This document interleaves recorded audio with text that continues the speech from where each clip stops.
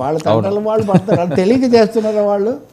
అందుకని ఏదో తికమక పెట్టేస్తున్నారు. రైట్ సార్, ఏంటి గ్లాసు గుర్తుకు ఊరట అని చెప్పి న్యూస్ నిన్న మనం చర్చించుకున్నాం. ఇది ఏదో 24 గంటలు టైం ఇచ్చినట్టున్నారు. అంటే ఈరోజు హైకోర్టులో పూర్తి వివరాలు ఇంకా మనం చూడాలి.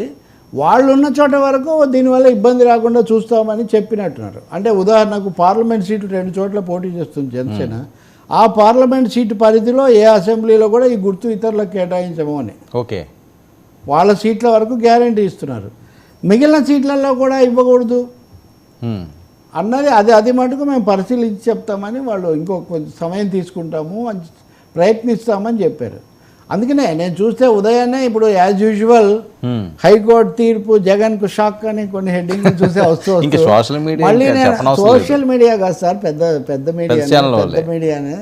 అది అయిన తర్వాత మళ్ళీ నేను చూస్తే వాళ్ళ పత్రికలోనే కొంత ఊరట అని ఉంది.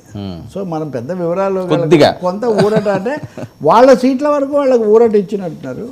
మిగిలినవి మేము పరిశీలిస్తాము ఎక్కడికక్కడ అని చెప్పారట. చూడాలి మరి పెద్ద ఇంకా షాకులు బ్రేకులే ఉన్నట్లేవు సార్. ఇంక అందరూ అయిపోయారు. వంగవీటి రాధా గారు ఎక్కడున్నారు ఏంటి ఆయనకి సీట్ ఇవ్వలేదు అన్నదానికి ఆయన మళ్ళీ బరిలోకి దింపినట్టున్నారు ఆ సామాజిక వర్గం నుంచి తీసుకురావడానికి. ఆయన డైరెక్ట్గా జగన్మోహన్ రెడ్డి గారికి పిఠాపురం పులివెందుల అని సవాల్ కూడా విసురుతున్నారు. ఒకసారి బయట వింటారా ప్లీజ్? బటన్ నొక్కానని చెప్పి అంటున్నాడే, ఎంత నొక్కేసావా కూడా ఒకసారి చెప్తే బాగుంటుందని చెప్పని కోరుతా ఉన్నారు ప్రజలందరూ. జగన్ రెడ్డి చెప్పే ధైర్యం ఉందా? సంక్షేమం అందజేస్తున్నావా? సంక్షేమం పేరిట పేద ప్రజల కడుపు కొడుతూ దోచి